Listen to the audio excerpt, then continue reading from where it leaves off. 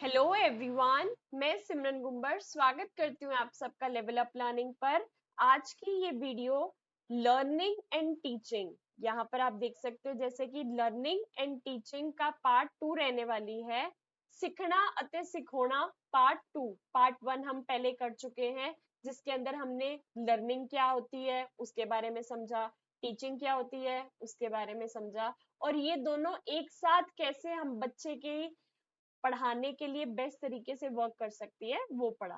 आज बारी है इसका प्रैक्टिकल एस्पेक्ट समझने का कि हम अपनी रियल जिंदगी में इसको कैसे यूज करेंगे और कैसे आपके पेपर में to the point direct questions आते हैं और आपको कैसे उन्हें आंसर करना है। ठीक है जी, आपको हमेशा से पता है हमारे पढ़ाने का तरीका ये रहता है, जिस टाइप का क्वेश्चन पेपर में आता है उसी टाइप के स्टेटमेंट्स हम आपको दिखाएं, उसी टाइप के स्टेटमेंट से हम आपको पढ़ाएं, ताकि जैसे ही क्वेश्चन दिखा आपको पता रहे कि यहाँ पर क्या आना है।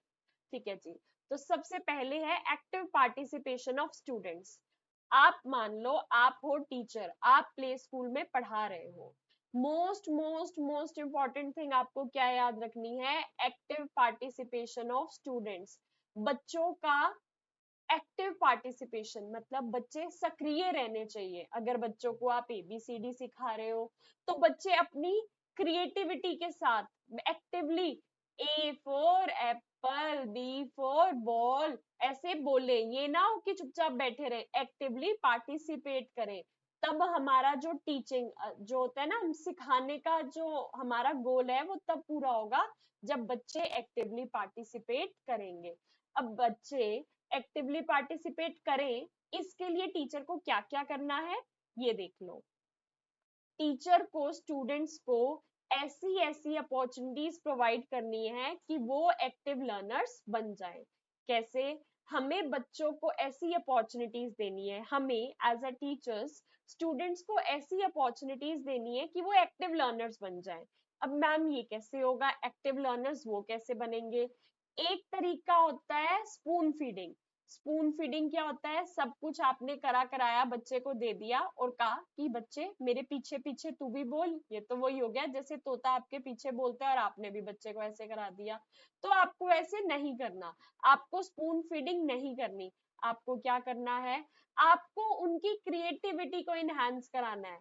जैसे मैंने आपको बताया था एक बार पहले वाली क्लास में ट्विंकल ट्विंकल लिटिल स्टार का एग्जाम्पल देकर, ऐसे अगर आपने कोई कहानी स्टार्ट करी तो आप बच्चों से पूछोगे, अच्छा जंगल में जानवर होते हैं, कौन कौन से जानवर होते हैं आपको पता है? कोई कहेगा शेर होता है, मैडम भालू होता है, मैम हिरन होता है। सब मतलब यहाँ बच्चे एक्टिव हो गए ना। एक तो तरीका था मैंने आके बता दिया कि जंगल में शेर होता है, भालू होता है, बच्चों ने सुन लिया। दूसरा तरीका था मैंने पूछा बताओ जंगल में कौन कौन सा जानवर होता है, तो बच्चों ने किसी ने कहा शेर होता है, किसी ने कहा भालू होता है। तो यहाँ पर हमारा जो बच्चा है वो एक्टिव लर्नर बन गया, उसने एक्टिवली पार्टिसिपेट करा और बताया जंगल में कौन कौन होता है। तो आपको ये करना है। दूसरा, student should actively participate in classroom activities. बच्चों को सारी की सारी क्लासरूम एक्टिविटीज में एक्टिवली पार्टिसिपेट करना है। वैसे ही जैसे मैंने बताया ना, बच्चा खुद बोलेगा जंगल में शेर होता है, भालू होता है, हमें नहीं जाना चाहिए जंगल में, हमें कोई जानवर खा सकता है। अब उनका जो मन करे जंगल से रिलेटेड बताने का वो बता सकते हैं। हम उन्हें रोकेंगे नहीं, हम उन्हें टोकेंगे नहीं, हमें उन्हें बात करने देंगे। ठीक है जी। अब यहाँ पर क्या कह रहा है, हमें बच्चों को ऐसी क्रिएटिव एक्टिविटीज करवानी है। एक तो ग्रुप वर्क में एक होता है, एक बच्चे को आपने एक्टिविटी दे दी और कहा बेटा तू ये एक्टिविटी सॉल्व करके लाइयो। एक एक्टिविटी होती है हमने 5-6 बच्चों को अलॉट कर दी और कहा कि अपना डिस्कशन करके सब एक दूसरे का तालमेल बिठा के इसको करके लाना। कोई कहेगा जंगल में भालू होता है, कोई कहेगा जंगल में शेर होता है, कोई कहेगा हिरन होता है, कोई कहेगा खरगोश होता है। अब मिलजुल के इन्होंने 4 जानवर बता दिए ना। यहाँ पे तो एक बच्चा बता देता कि सिर्फ रैबिट होता है, लेकिन जब 4 बच्चे मिलके डिस्कस कर रहे हैं तो इन्होंने अलग अलग बता दिया कि कौन कौन से जानवर होते हैं। ठीक है, तो आपको बच्चों को ग्रुप वर्क करवाना है, ठीक है, सामूहिक कार्य करवाना है। एक्सपेरिमेंट्स करवाने हैं। एक्सपेरिमेंट्स कैसे कराने हैं, जैसे मान लो मैं एक छोटे बच्चों के लिए एग्जांपल बताती हूँ। हम ना छोटे बच्चों को प्ले स्कूल में ना एक एक्टिविटी कराते हैं, सिंक एंड फ्लोट, तैरेगा या डूब जाएगा। पानी डाला हुआ है इसमें, पानी डाला हुआ है इसमें। हमने क्या करा, पत्ती थी, लीफ होती है ना, उसको ऊपर डाला, क्योंकि वो हल्की सी थी, वो पानी में ऊपर ऊपर तैर रही थी।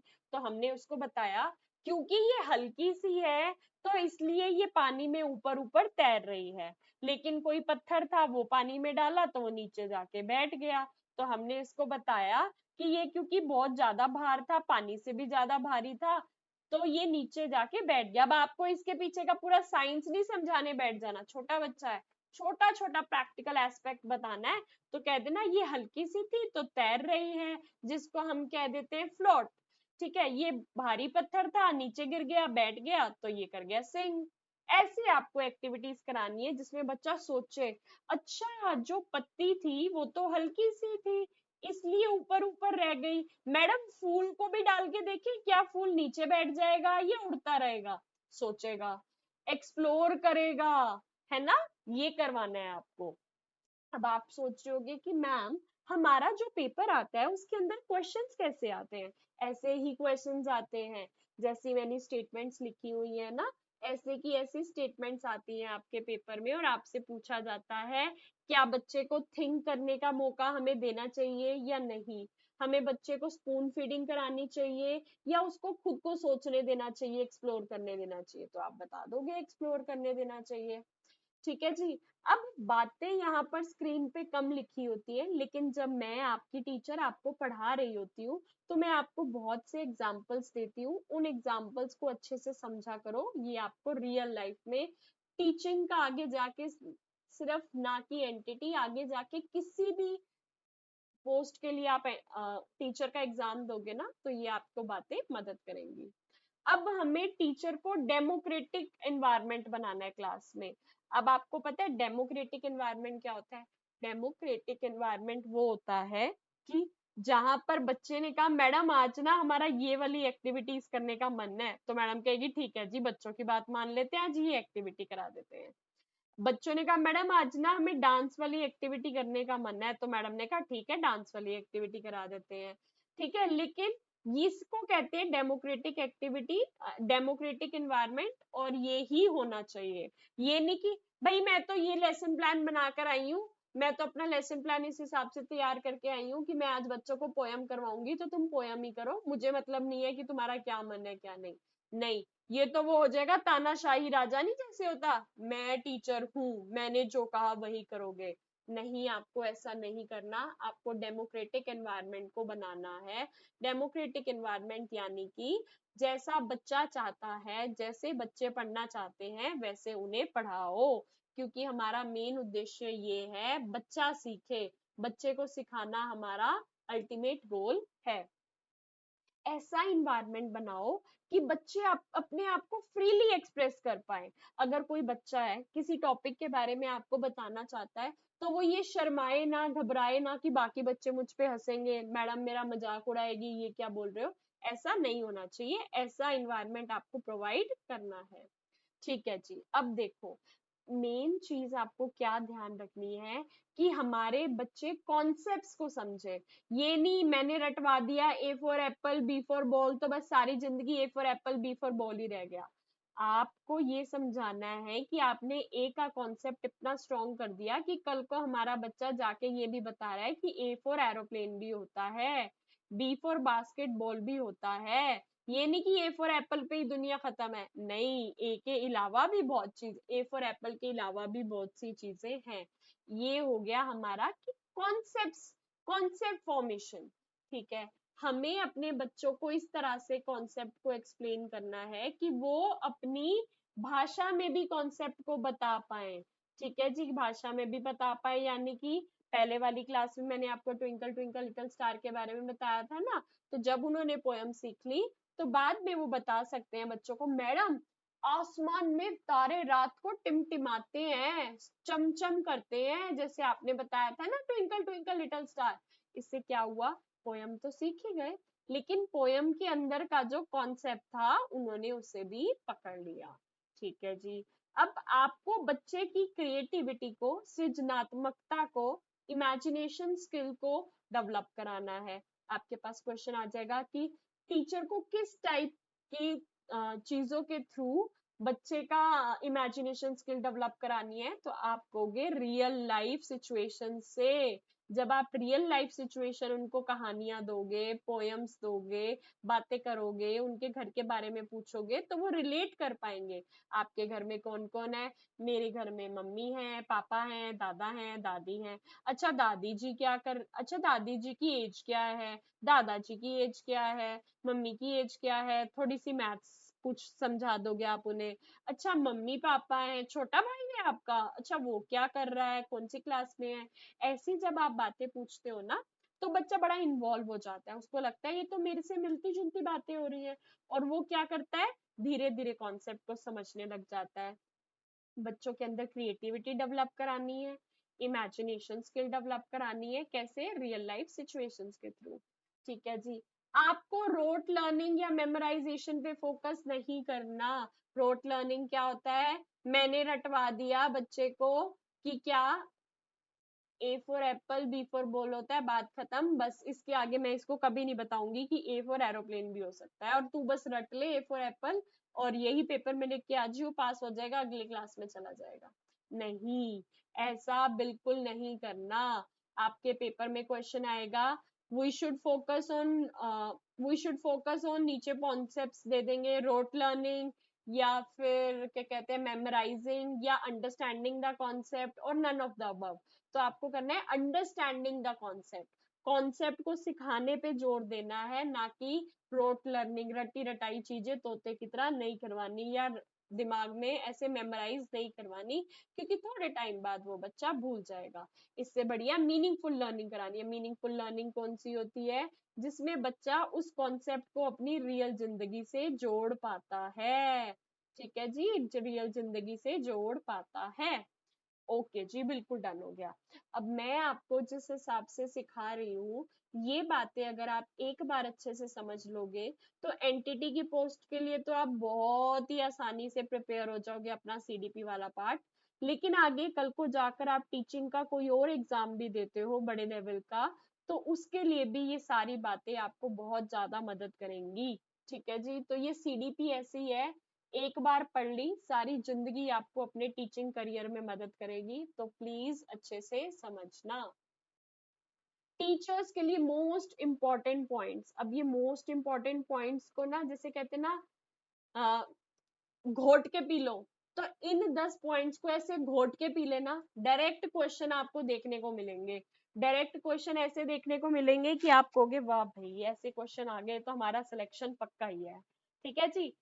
पहला, बच्चों को ना कभी भी एक दूसरे के साथ कंपेयर नहीं करना। ये रहा एक बच्चा, ये रहा दूसरा बच्चा, ये नहीं कहना उसको देख कितना अच्छा है मैथ में, उसको देख वो इंग्लिश में कितनी अच्छी है, क्यों देखे वो किसी और को। ये अपना इंडिविजुअल बच्चा है, ये अपना इंडिविजुअल बच्चा है, इसके अंदर कोई और क्वालिटीज होंगी, इसके अंदर कोई और क्वालिटीज होंगी।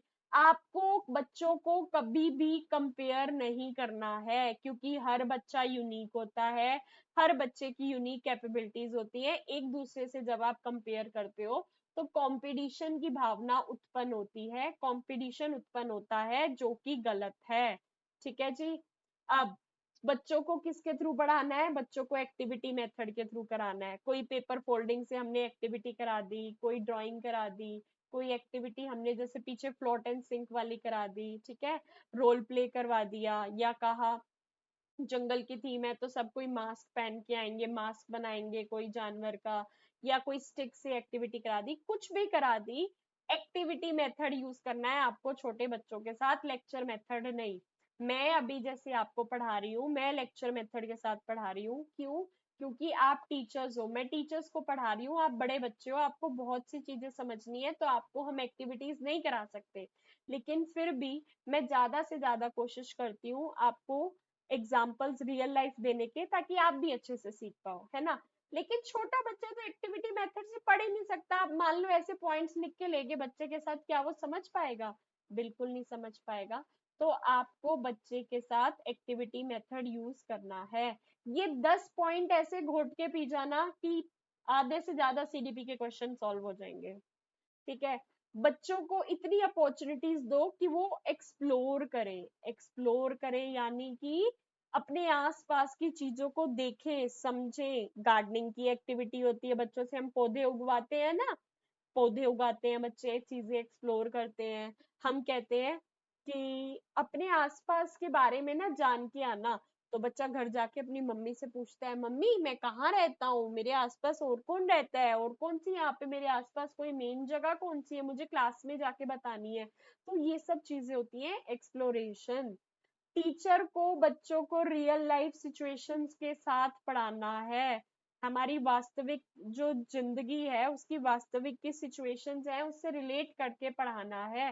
रिलेट करके कैसे पढ़ाना है, ताकि बच्चा समझ पाए, हाँ मेरी मैडम ने अगर बताया था ऐसे पौधे उगाते हैं तो मैं अपने घर में भी पौधा उगा सकता हूँ। डेली उसको पानी देता रहूंगा तो धीरे धीरे बड़ा हो जाएगा, उस पे थोड़े टाइम बाद फूल आ जाएंगे।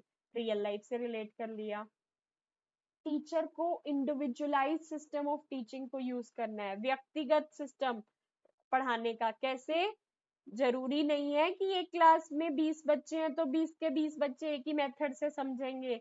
किसी को डांस करके जल्दी समझ आ रहा होगा, किसी को गाना गा के समझ जल्दी आएगा, किसी को एक्टिविटी के साथ जल्दी समझ आएगा, किसी को बस सुन के ही समझ आ जाएगा, किसी को देखकर समझ आएगा। ये अलग अलग क्या होते हैं, ये अलग अलग हमारे लर्निंग स्टाइल्स होते हैं, अलग अलग लर्निंग स्टाइल्स होते हैं। तो हमें बच्चे को अलग अलग तरीके से पढ़ाना है, ऐसे पढ़ाना है ताकि सब बच्चों को समझ आ जाए। ठीक है जी। अभी ये जो मैं मेन पॉइंट्स बता रही हूँ, पहले हम थ्योरी पे इसलिए फोकस कर रहे हैं ताकि थ्योरी आपके रगों में चली जाए। जैसे कहते हैं ना खून आपकी रगों में दौड़ रहा है, ऐसे थ्योरी जब आपके रगों में दौड़ने लगेगी ना, तो जैसे ही देखो मैं आपके सामने एमसीक्यूज लेकर आऊंगी, जैसे ही मैं तुम्हें एमसीक्यूज की प्रैक्टिस कराऊंगी तो तुम कहोगे अरे मैडम ये तो बच्चों वाले सवाल हैं। होंगे नहीं वो बच्चों वाले सवाल, वो सवाल ऐसे होंगे जो पास्ट ईयर्स के पेपर्स में आए होंगे, लेकिन तुम्हारी रगों में वो थ्योरी दौड़ रही होगी इसलिए तुम कर पाओगे। इतना भरोसा अपने टीचर पे रखना, और तुम जो भरोसा अपने टीचर पे रख रहे हो मैं कोशिश करूंगी उस भरोसे पर पूरी कायम उतरो, यानी कि मतलब उसको सेटिस्फाई कर पाऊं और आपको अच्छा कंटेंट देके आपको सिलेक्शन की लाइन में सबसे आगे खड़ा पाए, आप सबसे आगे खड़े मिलो हमें, है ना। Students actively participate in all activities, बच्चों को सब एक्टिविटीज में एक्टिवली पार्टिसिपेट करना है। अगर आप जो न्यू कॉन्सेप्ट समझा रहे हो आपको पहले वाले कॉन्सेप्ट से उसको रिलेट करना है। अगर कल आपने बच्चे को बताया था ए फॉर एप्पल, आज बता रहे हो बी फॉर बॉल, तो पहले कल वाला भी याद दिला दो कि ए फॉर एप्पल था। ठीक है, ये होता है कि पुराने वाली नॉलेज से आपने रिलेट कर दिया, मतलब कल का भी याद है बच्चे को, आज का भी याद है, कल आएगा फिर उसको पुराना भी याद करा देंगे। ठीक है जी। अब जैसे हमारे उसमें हम जब थोड़े और बड़े हो जाते हैं, कभी हमने आर्टिकल्स के बारे में समझ लिया, आर्टिकल्स इंग्लिश में होते हैं ना, ए एन द, ठीक है, इसके बारे में समझ लिया। तो कल अगर हम कोई सेंटेंस फॉर्मेशन सिखा रहे हैं तो हम बच्चों से एक्सपेक्ट करते हैं कि बच्चों को वो आर्टिकल्स आते होंगे, तो ये प्रीवियस नॉलेज से रिलेट करके पढ़ाना है। हमारा एनसीएफ 2005, हमारा जो एनसीएफ है नेशनल करिकुलम 2005, है ना, जो गवर्नमेंट द्वारा पाठ्यचर्या दी गई है, उसमें उन्होंने कहा है टीचर को एज अ फैसिलिटेटर वर्क करना है। डायरेक्ट क्वेश्चन आ जाएगा कि टीचर कौन है, टीचर कौन है, टीचर को आपकी क्लास में फैसिलिटेटर का रोल करना है, फैसिलिटेटर का रोल करना है, याद कर लो। हिंदी में, इंग्लिश में, पंजाबी में, सब में टीचर फैसिलिटेटर का रोल करेगी। ठीक है जी। टीचर को कॉन्सेप्ट्स को इस हिसाब से पढ़ाना है कि वो अपने डेली लाइफ से रिलेट कर ले। वही बात, हर बार यही बात क्या घूम के आती है, डेली लाइफ से बच्चों को चीजों से रिलेट करवाओ। जहां बच्चे की डेली लाइफ रिलेट हो गई वहां उसको मजा आएगा, बच्चा इंजॉय करेगा, बच्चा खुशी खुशी पढ़ेगा। और ये बात तो आप सबको पता है, जो चीज हम खुशी खुशी पढ़ते हैं वो जिंदगी भर याद रखते हैं और कभी नहीं भूलते। बच्चों को हमें उनकी पेस पे पढ़ने देना है क्योंकि हर बच्चा यूनिक है। किसी बच्चे का आईक्यू, जैसे कहते हैं ना intelligent question, intelligent question, IQ basically होता है इंटेलिजेंट क्वेश्चन। इंटेलिजेंस क्वेश्चन होता है कि बच्चे की जो दिमाग की क्षमता है वो कितनी तेज है। किसी बच्चे की बहुत ज्यादा तेज होती है तो फटाफट एक ही बार आप कुछ बताते हो उसको समझ आ जाता है। कोई बच्चा एवरेज होता है तो उसको 2-3 बार पढ़ाना पड़ता है तब याद होता है। कोई बच्चा वीक होता है, बार बार पढ़ाते रहते हैं तब भी नहीं सीखता, है ना। तो बच्चे तो हमारे सब भी भगवान का रूप है, बच्चे तो हमारे सारे इंपॉर्टेंट है। तो हमें ऐसे पढ़ाना है कि हर बच्चा अपनी पेस पे, अपने आईक्यू के हिसाब से, अपनी लर्निंग कैपेसिटी के हिसाब से सीख पाए। हर बच्चा यूनिक है, तो अगर किसी बच्चे ने फटाफट कर लिया है तो आप उसको एक और एक्स्ट्रा एक्टिविटी एक्स्ट्रा दे दो। लेकिन जो बच्चा अभी नहीं कर पाया है उसको जल्दबाजी में नहीं करवानी, उसको भी उसका पूरा टाइम देना है ताकि वो भी सीख पाए। ये हमारा टीचिंग एंड लर्निंग वाला टॉपिक यहाँ पर होता है फिनिश। पार्ट 2 था। ठीक है जी, आगे मिलते हैं एक नई क्लास में नए टॉपिक के साथ। अभी हम आपको थ्योरी करवा रहे हैं। जैसा कि मैंने आपको बताया, एक बार जो थ्योरी आपकी रगों में आ जाएगी ना तो आपको हर एमसीक्यू आसान लगेगा, कोई डर नहीं लगेगा। थ्योरी पक्की हो जाए, कॉन्सेप्ट्स अच्छे हो जाए, फिर एमसीक्यूज की प्रैक्टिस चलती रहेगी और बढ़िया तैयारी होती रहेगी। Thank you very much. I hope आपको ये वाली क्लास भी पहले वाली क्लासेस की तरह अच्छे से समझ आई होगी। मिलते हैं नई क्लास में नई वीडियो के साथ। हंसते रहो, मुस्कुराते रहो, आगे बढ़ते रहो। मेहनत करने वालों को सफलता जरूर मिलती है, तुम बस मेहनत करते चलो, सफलता तुम्हें मिल जाएगी। हम मेहनत कर रहे हैं आपको पढ़ाने की, आप मेहनत करो पढ़ने की। Thank you.